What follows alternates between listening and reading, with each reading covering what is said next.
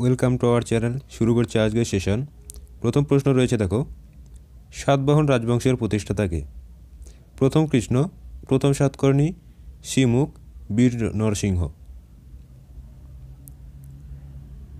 সঠিক উত্তর option C, শিমুখ।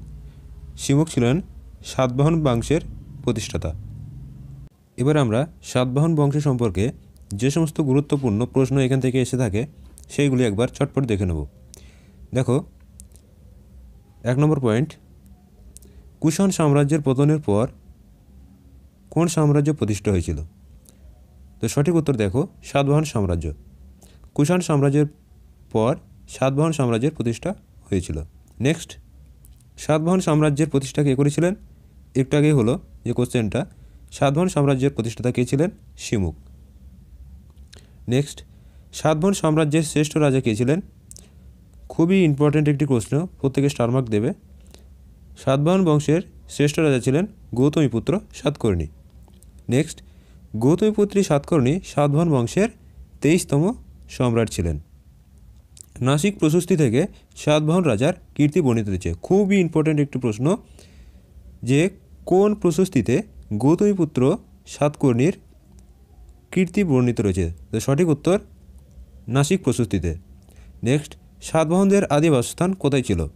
তো সঠিক উত্তর মহারাষ্ট্রে। নেক্সট, নাসিক প্রশস্তি অপর একটি গুরুত্বপূর্ণ প্রশ্ন। নাসিক প্রশস্তি থেকে কিন্তু গৌতমীপুত্র বলশ্রী এর কথা জানা যায় এবং ইনি ছিলেন গৌতমীপুত্র সাতকর্ণীর মাতা বা মা। প্রশ্ন নম্বর 2, 1665 সালে কাদের মধ্যে পুরন্দরের সন্ধি স্বাক্ষরিত হয়েছিল?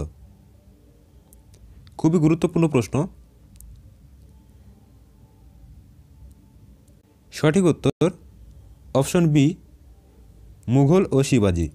এই মুঘল ও শিবাজির মধ্যে কিন্তু 1665 সালে পুরন্দরের সন্ধি স্বাক্ষরিত হয়েছিল। নেক্সট, আমরা গুরুত্বপূর্ণ কতগুলি ইতিহাসের সন্ধি সম্পর্কে জেনে নেব। দেখো, প্রথমে যেটা রয়েছে, পুরন্দরের সন্ধি 1665 খ্রিস্টাব্দে মুঘল সেনাপতি জয়সিংহ ও শিবাজির মধ্যে কিন্তু হয়েছিল। নেক্সট, 2 নম্বরে দেখো, ওয়ার্নার সন্ধি। ওয়ার্নার সন্ধি কাদের মধ্যে হয়েছিল? না, ওয়ার্নার সন্ধি হয়েছিল 1731 খ্রিস্টাব্দে দ্বিতীয় সম্ভাজি ও শাহবাজিরাও। নেক্সট, শালিমার চুক্তি। শালিমার চুক্তি হয়েছিল 1739 তৃতীয় মোহাম্মদ শাহ ও নাদির শাহের মধ্যে। নেক্সট দেখো, আলীনগরের সন্ধি। এটি কিন্তু খুবই গুরুত্বপূর্ণ এবং তার আগে রয়েছে লা সাপের সন্ধি 1748 ইংরেজি এবং ফরাসিদের মধ্যে। নেক্সট, আলীনগরের সন্ধি হচ্ছে 1757। এটি কিন্তু খুবই গুরুত্বপূর্ণ, এক্সামে কিন্তু এটা বেশিরভাগ ক্ষেত্রেই কিন্তু দিয়ে থাকে।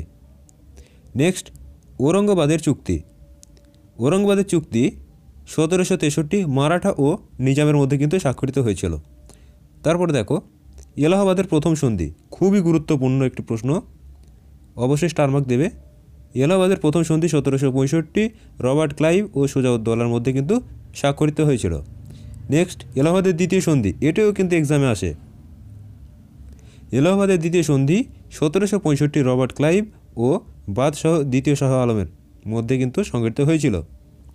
নেক্সট, মাদ্রাজের সন্ধি 1769 ইংরেজ ও হায়দার আলীর মধ্যে সংঘটিত হয়েছিল। নেক্সট, সুরাটের সন্ধি 1775 খ্রিস্টাব্দে ইংরেজ ও রঘুনাথ রাওয়ের মধ্যে স্বাক্ষরিত হয়েছিল। নেক্সট দেখো, সলবাইয়ের সন্ধি। এটি কিন্তু খুবই গুরুত্বপূর্ণ এবং ম্যাঙ্গালোরের সন্ধি, এটিও কিন্তু খুবই গুরুত্বপূর্ণ। এক্সামের ক্ষেত্রে এই দুটি প্রশ্ন কিন্তু অল্টারনেট করে আসে, অর্থাৎ সলবাইয়ের সন্ধি আসলে কিন্তু ম্যাঙ্গালোরের সন্ধি আসে না, বা ম্যাঙ্গালোরের সন্ধি আসলে কিন্তু সলবাইয়ের সন্ধি আসে না। দেখো, 3 নম্বর প্রশ্ন, মগধের রাজবংশের প্রথম রাজধানী কোথায় ছিল? খুবই গুরুত্বপূর্ণ একটি টপিক এবং এমন কোনো এক্সাম নেই যে এই টপিকটি থেকে প্রশ্ন আসেনি। তো দেখো, মগধের রাজবংশের রাজধানী কোথায় ছিল? রাজগৃহ, পাটলিপুত্র, বৈশালী, কোশি। তো সঠিক অ্যান্সার অপশান এ, রাজগৃহ। তো মগধের প্রথম রাজবংশ ছিল কি? হর্ষঙ্গ বংশ। প্রত্যেকে কিন্তু মনে রাখবে, মগধের রাজবংশের প্রথম রাজধানী, অর্থাৎ মগধের রাজবংশের যে প্রথম রাজবংশ ছিল তার রাজধানী কিন্তু এখানে বলা হয়েছে। তো অপশন এ কিন্তু সঠিক অ্যান্সার, রাজগৃহ। এবার আমরা গুরুত্বপূর্ণ যে রাজবংশগুলি ছিল বা শাসক, সেই প্রত্যেকটি শাসকের রাজধানী কী ছিল সেই সম্পর্কে কিন্তু আমরা বিস্তারিত জেনে নেব। প্রথমে দেখো চন্দ্রগুপ্ত মৌর্য। তো চন্দ্রগুপ্ত মৌর্যের রাজধানী কোথায় ছিল? পাটলিপুত্র। তারপরে দেখো হর্ষবর্ধন। হর্ষবর্ধনের রাজধানী ছিল কনৌজ। নেক্সট, এই কনৌজের তীরেই কিন্তু হর্ষবর্ধনকে পরাজিত করেছিল কে? হর্ষবর্ধন পরাজিত করেছিল চালুক্য রাজা তৃতীয় পুলকেশীকে। নেক্সট, বিম্বিসার রাজধানী ছিল রাজগৃহে। ফিরোজ শাহের রাজধানী কোথায় ছিল? বাহমনি। ফিরোজ শাহ রাজধানী ছিল বাহমনি। সোমেশ্বরের ছিলেন কল্যাণী। তারপরে টিপু সুলতান, খুবই গুরুত্বপূর্ণ এটি কিন্তু এক্সামে এসে থাকে।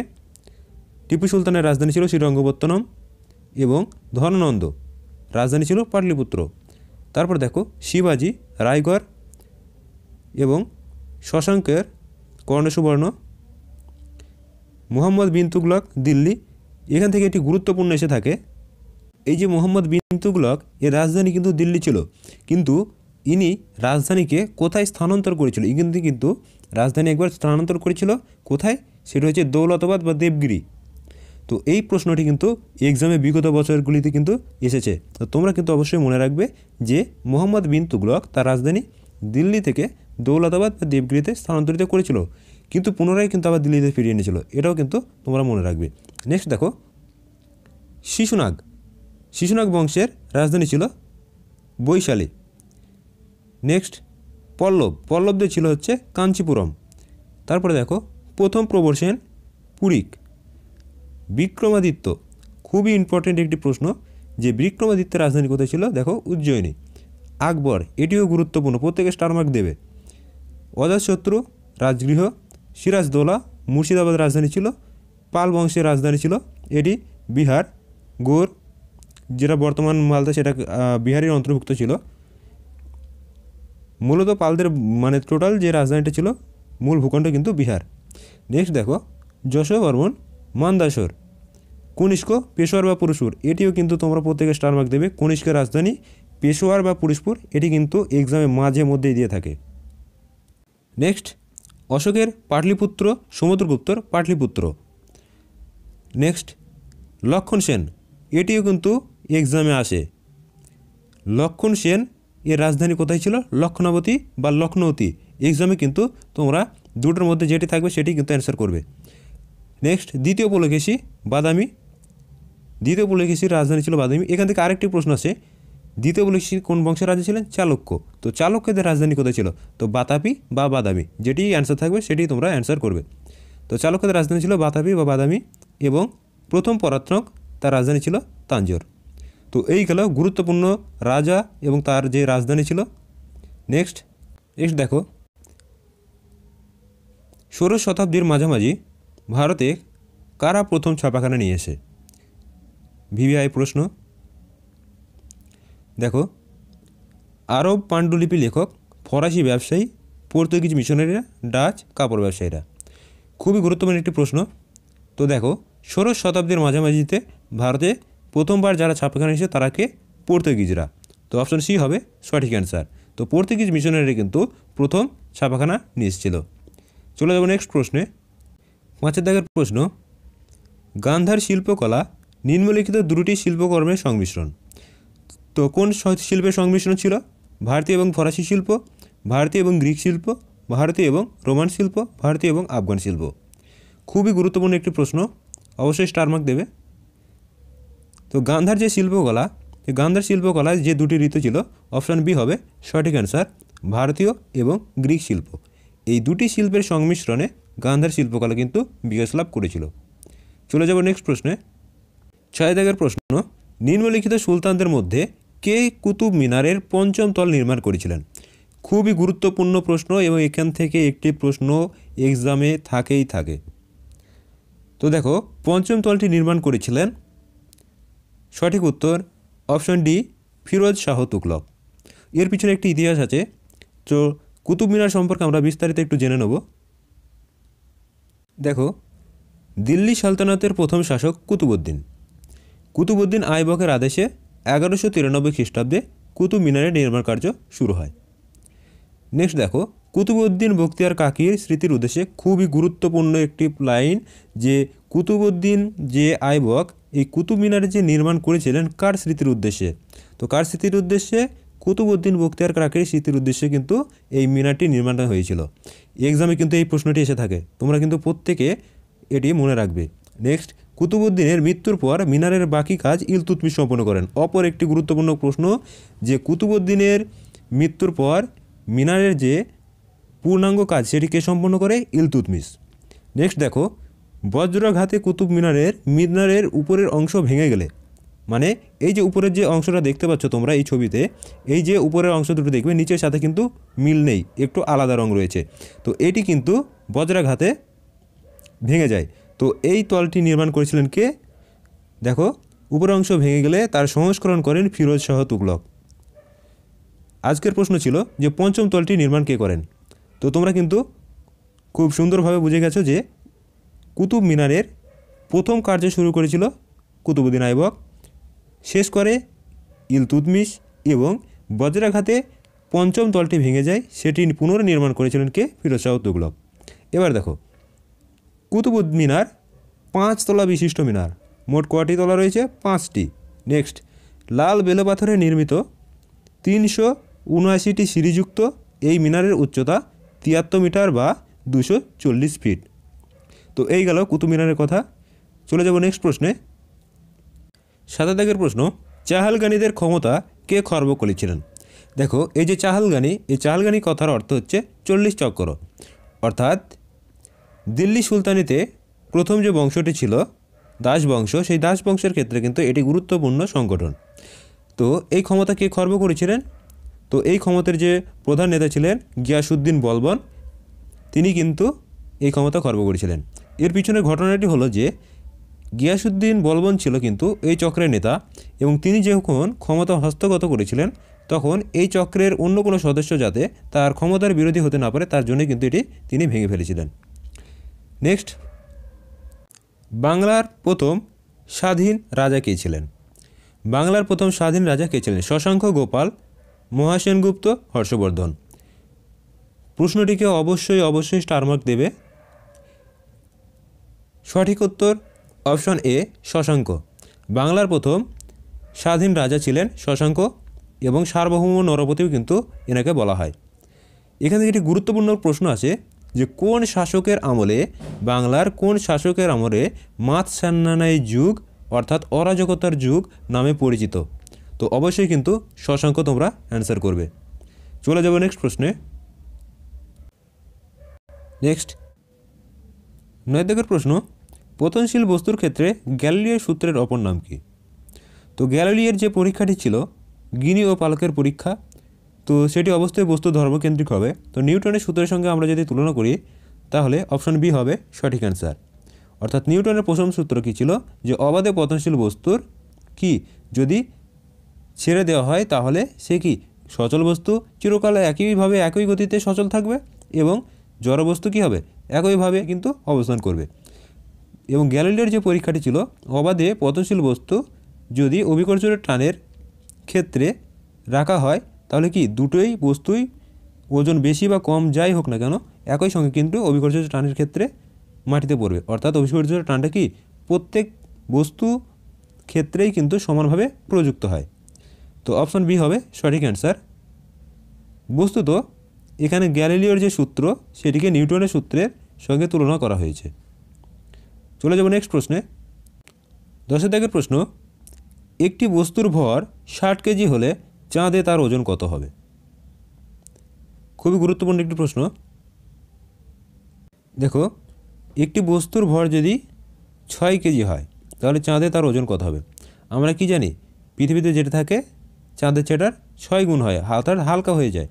অর্থাৎ 6 দিয়ে যদি এটাকে ভাগ করা হয় তাহলে কী হবে? সেটা 10, এবং তাকে যদি আমরা নিউটন এককে প্রকাশ করি তাহলে ইন্টু 10 হবে, অর্থাৎ অপশন সি হবে সঠিক অ্যান্সার 100। 11 দাগের প্রশ্ন, নিম্নলিখিত কোনটি ভেক্টর রাশি নয়? খুবই গুরুত্বপূর্ণ একটি টপিক, এবং এই প্রশ্নগুলি কিন্তু এক্সামে ভীষণ পরিমাণে কিন্তু এসে থাকে। দেখো এখানে রয়েছে ভেক্টর রাশি 9, এটি কিন্তু অবশ্যই তোমরা খেয়াল রাখবে, এক্সামে কিন্তু এগুলো প্রত্যেকের কিন্তু ভুল হওয়ার সম্ভাবনা থাকে। তো এটাকে বলা হয় নজরে ভুল, তোমাদের কিন্তু আনখেয়ালের জন্য এই ভুলগুলো হয়ে থাকে। তো প্রত্যেকে কিন্তু গুরুত্ব সহকারে প্রশ্নটি পড়ে তবে অ্যান্সার করবে। তো দেখো ভেক্টর রাশি 9 মানে কি স্কেলার রাশি। তো এখানে দেখো ভেক্টর রাশি এবং স্কেলার রাশির মধ্যে কিন্তু অনেকটা পার্থক্য রয়েছে, তো সেটা আমরা কিন্তু একটু পরে আসছি। তো সঠিক অ্যান্সার কিন্তু অপশান ডি, দ্রুতি। চলে যাব নেক্সট প্রশ্নে। তো দেখো স্কেলার রাশি, স্কেলার রাশি যে সকল রাশির মান আছে দিক নাই তাদেরকে স্কেলার রাশি বলে, এবং যে সকল রাশির কি আছে মান আছে ও দিক আছে উভয়ই তাকে আমরা কি বলি ভেক্টর রাশি। উদাহরণ দেখো দৈর্ঘ্য, ভর, দ্রুতি, কাজ, শক্তি, সময় ইত্যাদি হলো স্কেলার রাশি, এবং সরণ, ওজন, বেগ, ত্বরণ, বল, টর্ক ইত্যাদি হলো কি ভেক্টর রাশি। তো সেখানে কিন্তু প্রশ্নটা ছিল যে নিচের কোনটি ভেক্টর রাশি নয়, অর্থাৎ স্কেলার রাশি। তো অপশন কি ছিল? দেখো অপশনের মধ্যে দ্রুতি ছিল, আমরা কিন্তু অ্যান্সার দ্রুতি করেছিলাম। দেখো অ্যান্সার কিন্তু আমরা দ্রুতি করেছিলাম, কারণ কি ভেক্টর রাশি নয় বলেছিল, অর্থাৎ স্কেলার রাশি কিন্তু এখানে জিজ্ঞাসা করা হয়েছে। এখানে দেখো তোমরা একটু ভালো করে এটা দেখে নিলে যে যে সকল রাশির মান আছে দিক নাই তাদেরকে আমরা স্কেলার রাশি বলবো, অর্থাৎ তোমরা মনে হয় সিঙ্গেলটা হচ্ছে স্কেল এবং যা দুটোই আছে সেটা হচ্ছে ভেক্টর। আর উদাহরণগুলি কিন্তু প্রত্যেকে মনে রাখবে, এই উদাহরণ থেকেই কিন্তু প্রশ্নগুলো আসে, উদাহরণ দিয়ে কিন্তু তোমাদের প্রশ্ন দিয়ে দেবে।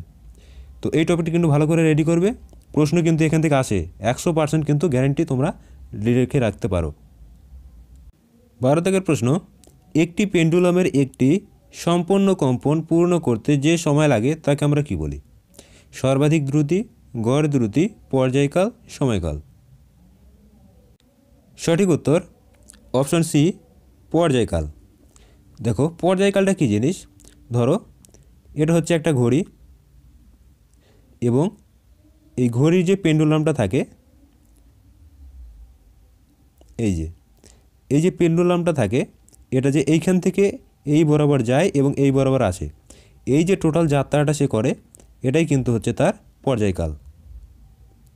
একই রকমভাবে তুমি যদি কোনো কাঠিতে কোনো লোহার বল বা আংটা ঝুলিয়ে রাখো এবং সেটিকে দোলাও, ধরো তুমি এখানে একটা কিছু লোহার আংটা বা বল রেখেছো এবং এটিকে ঝুলিয়ে নাড়াচ্ছ, তো এই যে এটা থেকে এই পর্যন্ত আসবে, একটা নির্দিষ্ট পর্যন্ত এসে কি আবার ফিরে যাবে।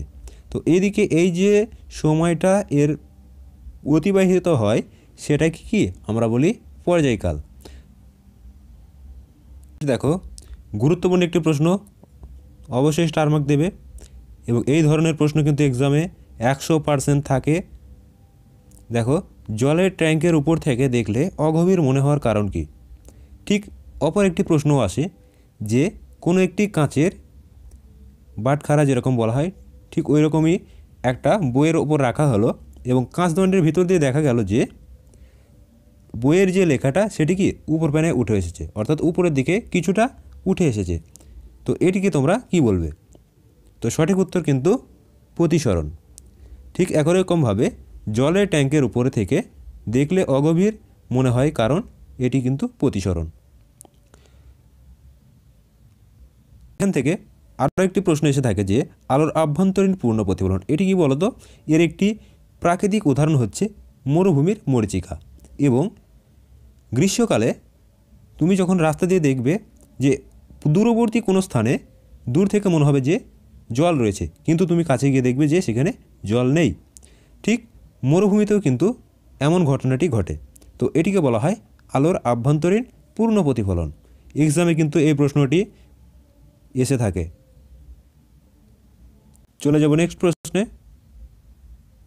অর্থনীতি থেকে একটি প্রশ্ন রয়েছে, দেখো অর্থবাজার মানে মার্কেটের কি? স্বল্পমেয়াদী তহবিল, দীর্ঘমেয়াদী তহবিল, নিয়োগশীল ইনস্ট্রুমেন্ট, শেয়ার ব্যাকগ্রাম। দেখো অর্থবাজার, বাজার কথাটির মধ্যে কিন্তু অ্যান্সারটা লুকিয়ে রয়েছে। তো আমরা প্রত্যেকে বাজার করি, তো বাজার করতে কি আমাদের স্বল্প মাত্রায় একটা কি দৈনিক খরচ হয়। তো অবশ্যই এটি অ্যান্সার হবে স্বল্পমেয়াদী তহবিল। নেক্সট দেখো, খুবই গুরুত্বপূর্ণ একটি প্রশ্ন, দ্বাদশ পঞ্চবার্ষিকী পরিকল্পনার অপারেশনাল কাল সময়কাল হলো। এই প্রশ্নটিকে অবশ্যই স্টার মার্ক দেবে। এবং এই যে পঞ্চবার্ষিকী পরিকল্পনা, এখানে আমরা বিস্তারিত এখান থেকে কিন্তু জেনে নেব।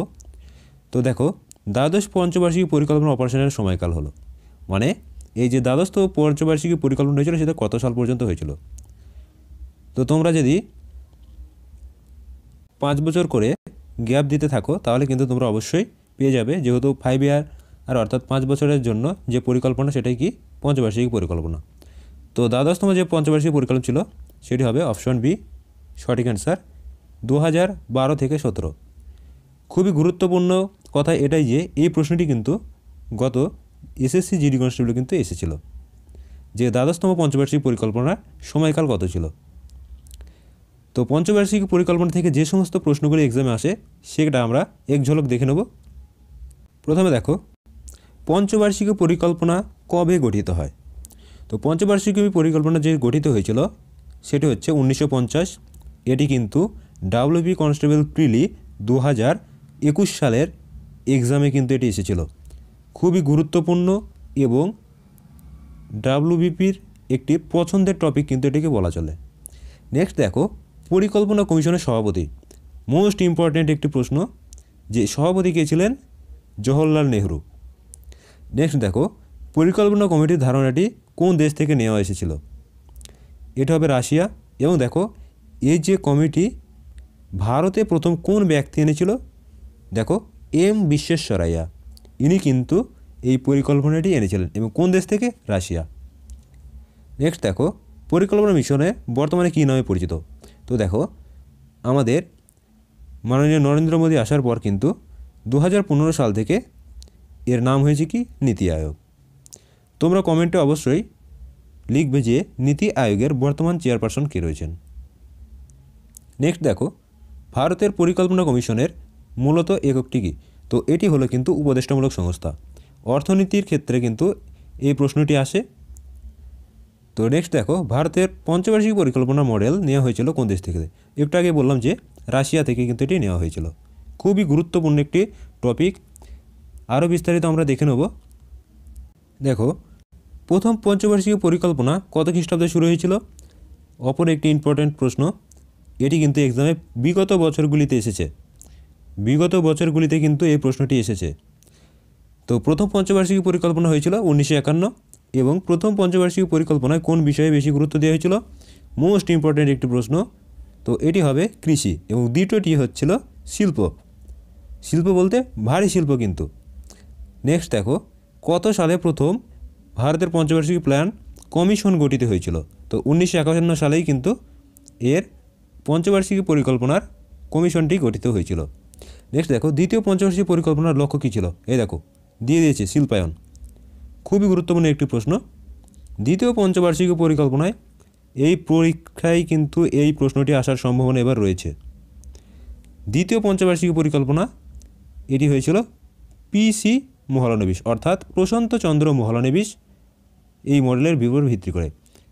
এখান থেকে একটি প্রশ্ন, যে পিসি মহলানবিশ এনাকে কিন্তু স্ট্যাটিস্টিক্স বা পরিসংখ্যান বিদ্যার কিন্তু জনক বলা হয়, অর্থাৎ ইনি কিন্তু পরিসংখ্যান বা স্ট্যাটিস্টিক্স এর উপরে কিন্তু গবেষণা করেছিলেন এবং তার এই গবেষণার উপর ভিত্তি করে কিন্তু এই দ্বিতীয় পঞ্চবার্ষিকী পরিকল্পনা গড়ে উঠেছিল।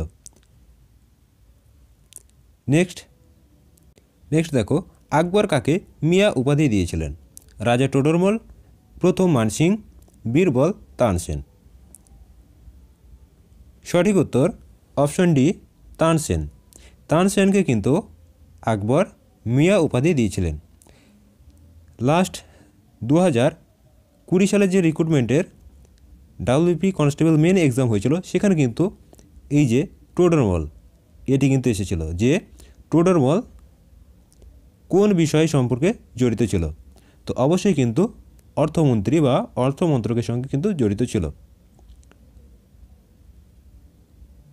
17 প্রশ্ন, পৃথিবীর নিজস্ব বায়ুমণ্ডলের কারণ কি, বাতাস, মেঘ, মাধ্যাকর্ষণ, পৃথিবীর ঘূর্ণায়ন। প্রশ্নটিকে স্টার মার্ক দেবে। পৃথিবীর নিজস্ব বায়ুমণ্ডলের কারণ কি? তো দেখো, বায়ুমণ্ডল যে আমাদেরকে ঘিরে রয়েছে এর প্রধান কারণ কি? প্রধান কারণ হলো মাধ্যাকর্ষণ। এই মাধ্যাকর্ষণ শক্তি যদি বায়ুমণ্ডলকে আকর্ষণ করে না থাকতো তাহলে কিন্তু আমরা কি পৃথিবীতে টিকে থাকতে পারতাম না, এবং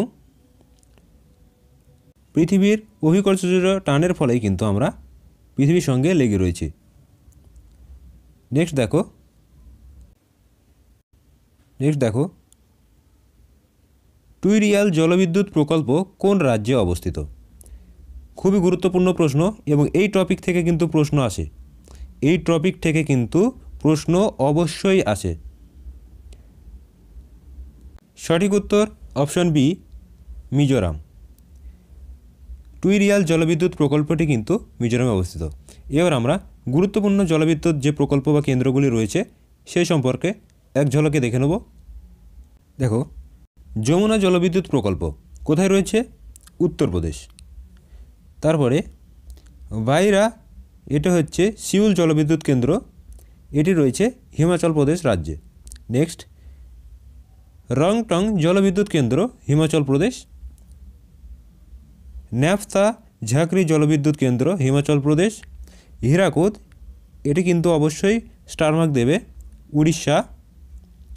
তারপরে দেখো শিব সমুদ্রম, এটিও স্টার মার্ক দেবে, এক্সামে কিন্তু এগুলি দেয়। শিব সমুদ্রম কর্ণাটক, কাবেরী নদীতে আছে। নেক্সট, কোয়ানা, খুবই গুরুত্বপূর্ণ একটি প্রশ্ন। কোয়ানা জলবিদ্যুৎ কেন্দ্র মহারাষ্ট্রে, এবং বালিমেলা জলবিদ্যুৎ উড়িষ্যা, অন্ধ্রপ্রদেশ, দুটোতেই কিন্তু রয়েছে। তারপরে শ্রীসা আইলাম জলবিদ্যুৎ কেন্দ্র, অন্ধ্রপ্রদেশ। মনোর ভ্যালি জলবিদ্যুৎ, উত্তরপ্রদেশ। সুবর্ণরেখা, খুবই গুরুত্বপূর্ণ এবং এক্সামে কিন্তু এটি আসে। সুবর্ণরেখা জলবিদ্যুৎ কেন্দ্র, বিহার। গিরি জলবিদ্যুৎ কেন্দ্র, হিমাচল প্রদেশ। সঞ্জয় ভাবা জলবিদ্যুৎ হচ্ছে হিমাচল প্রদেশ। তো এই গেল গুরুত্বপূর্ণ কিছু জলবিদ্যুৎ প্রকল্প বা কোন রাজ্যে অবস্থিত সেগুলি হচ্ছে। এখান থেকে কিন্তু প্রশ্ন অবশ্যই আসে। 19 দাগের প্রশ্ন, গ্রেট ব্যারিয়ার রিফ কোথায় অবস্থিত? খুবই গুরুত্বপূর্ণ একটি প্রশ্ন। গ্রেট ব্যারিয়ার রিফ, তো এগুলি মূলত হচ্ছে প্রবাল সংগঠন। তো এই প্রবাল সংগঠনগুলো থেকে কিন্তু প্রশ্ন আসে।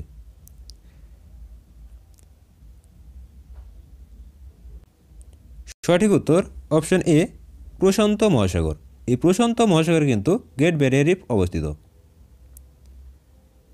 তো আমাদের ভারতের একটি প্রবাল সংগঠনের উদাহরণ দাও। তো এরকম কিন্তু প্রশ্ন যদি আসে তাহলে সেক্ষেত্রে কিন্তু তোমরা অ্যান্সার করবে লাক্ষাদ্বীপ। অর্থাৎ লাক্ষাদ্বীপ হলো কি একটি ভারতের প্রবাল সংগঠন। নেক্সট, সূর্য থেকে সবচেয়ে বেশি দূরত্বে পৃথিবীর অবস্থানকে কি বলে? খুবই গুরুত্বপূর্ণ একটি প্রশ্ন। তো দেখো, সূর্য থেকে সবচেয়ে বেশি দূরত্ব, তো সেটিকে কি বলা হয়? আমরা অপসূর বলি। তো অপশন এ হবে সঠিক অ্যান্সার, অর্থাৎ অ্যাফিলিয়ন। এখান থেকে অপর একটি প্রশ্ন দেখো, অ্যাপোগি। অ্যাপোগিটা কী জিনিস? অ্যাপোগি হচ্ছে এমন একটি অবস্থান যেখানে চন্দ্র, সূর্য এবং পৃথিবী একই সরলরেখায় থাকবে। কে? চন্দ্র অর্থাৎ সান, এবং পৃথিবী আর্থ, এবং মুন চাঁদ, এই তিনটে কি একই সরলরেখায় থাকবে, তখন তাকে আমরা কি বলবো? অ্যাপোগি। এবং পেরিজি, এই পেরিজিটা কী জিনিস? পেরিজিটা হচ্ছে যখন কি থাকবে? পৃথিবী অর্থাৎ আর্থ এবং মুন অর্থাৎ চাঁদ, এই দুটো কিন্তু একই সরলরেখায় চলে আসবে, তখন তাকে আমরা বলবো পেরিজি। তো তোমরা কিন্তু এটা মনে রাখবে। তো অনুসুর এবং অপসুর সম্পর্কে আমরা একটু দেখে নেব। তো দেখে নাও, 2018 থেকে 2021-22 পর্যন্ত কিন্তু যতগুলি কিন্তু রিক্রুটমেন্ট হয়েছিল সেখানে কিন্তু এই টপিক থেকে প্রশ্ন কিন্তু এসেছিল। তো দেখো, অপসুর অবস্থান কি বলছে? 4 জুলাই, তারিখটা কিন্তু খুবই গুরুত্বপূর্ণ। তারিখটা কিন্তু খুবই গুরুত্বপূর্ণ। এই তারিখটাকে কিন্তু এক্সামে আসে যে অপসুর অবস্থান 4 জুলাই, পৃথিবী ও সূর্যের মধ্যবর্তী দূরত্ব সবচেয়ে বেশি। তো প্রায় 15,20,00,000 কিমি হয়। এই 15,20,00,000 কিমি দূরত্ব হয় সব থেকে বেশি কোথায়? অপসুর অবস্থান। কত তারিখে? 4 জুলাই। নেক্সট দেখো, এই সময় সূর্য পৃথিবী থেকে দূরে থাকে বলে সূর্যকে ছোট দেখায় এবং পৃথিবীর পরিক্রমণ বেগ কমে যায়। এই সময় উভয় গোলার্ধে গ্রীষ্মকাল থাকে।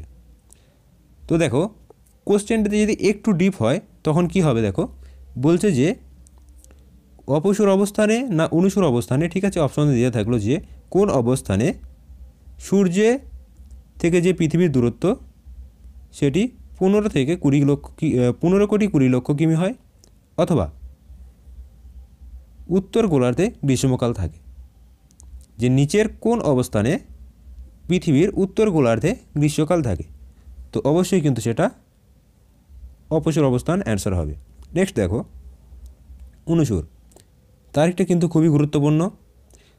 3রা জানুয়ারি পৃথিবী ও সূর্যের মধ্যে দূরত্ব সবচেয়ে কম, কত? 14 কোটি 70 লক্ষ কিমি হয়। এই যে 14 কোটি 70 লক্ষ কিমি দূরত্ব হয়, এর ফলে পৃথিবীর অনুসর অবস্থান গঠিত হয়। তো দেখো মানে হচ্ছে ছোট, তো ছোট মানে কি অবশ্যই কম হবে। তো নেক্সট দেখো এই সূর্য ও পৃথিবীর মধ্যে দূরত্ব কম থাকে বলে পৃথিবীর পরিক্রমণ বেগ বেড়ে যায়, ফলে দক্ষিণ মেরুর চেয়ে উত্তর মেরুতে সূর্যকে টানা 9 দিন বেশি দেখা যায়। দেখো খুবই গুরুত্বপূর্ণ একটি ঘটনা, এই যে দূরত্ব কমে গেলে কি পৃথিবীর পরিক্রমণ বেগ বেড়ে যাচ্ছে, এর ফলে দক্ষিণ মেরু থেকে সূর্যকে টানা 9 দিন বেশি দেখা যায়। ওই সময় উত্তর গোলার্ধে শীতকাল থাকে। তো খুবই গুরুত্বপূর্ণ একটি টপিক, আশা করি তোমরা বুঝতে পেরেছ। তো এই ছিল আজকের গুরুত্বপূর্ণ ক্লাস। তো ভিডিওটি ভালো লাগলে অবশ্যই বন্ধুদের মাঝে শেয়ার করবে এবং চ্যানেলে নতুন হলে অবশ্যই চ্যানেলটিকে সাবস্ক্রাইব করবে, কারণ এরকম গুরুত্বপূর্ণ ক্লাস কিন্তু তোমাদেরকে প্রোভাইড করা হবে এবং আশা করি 100% কিন্তু জিকে প্রশ্ন যেখান থেকেই দিক না কেন তোমরা অবশ্যই কিন্তু সেটা অ্যান্সার করে আসতে পারবে।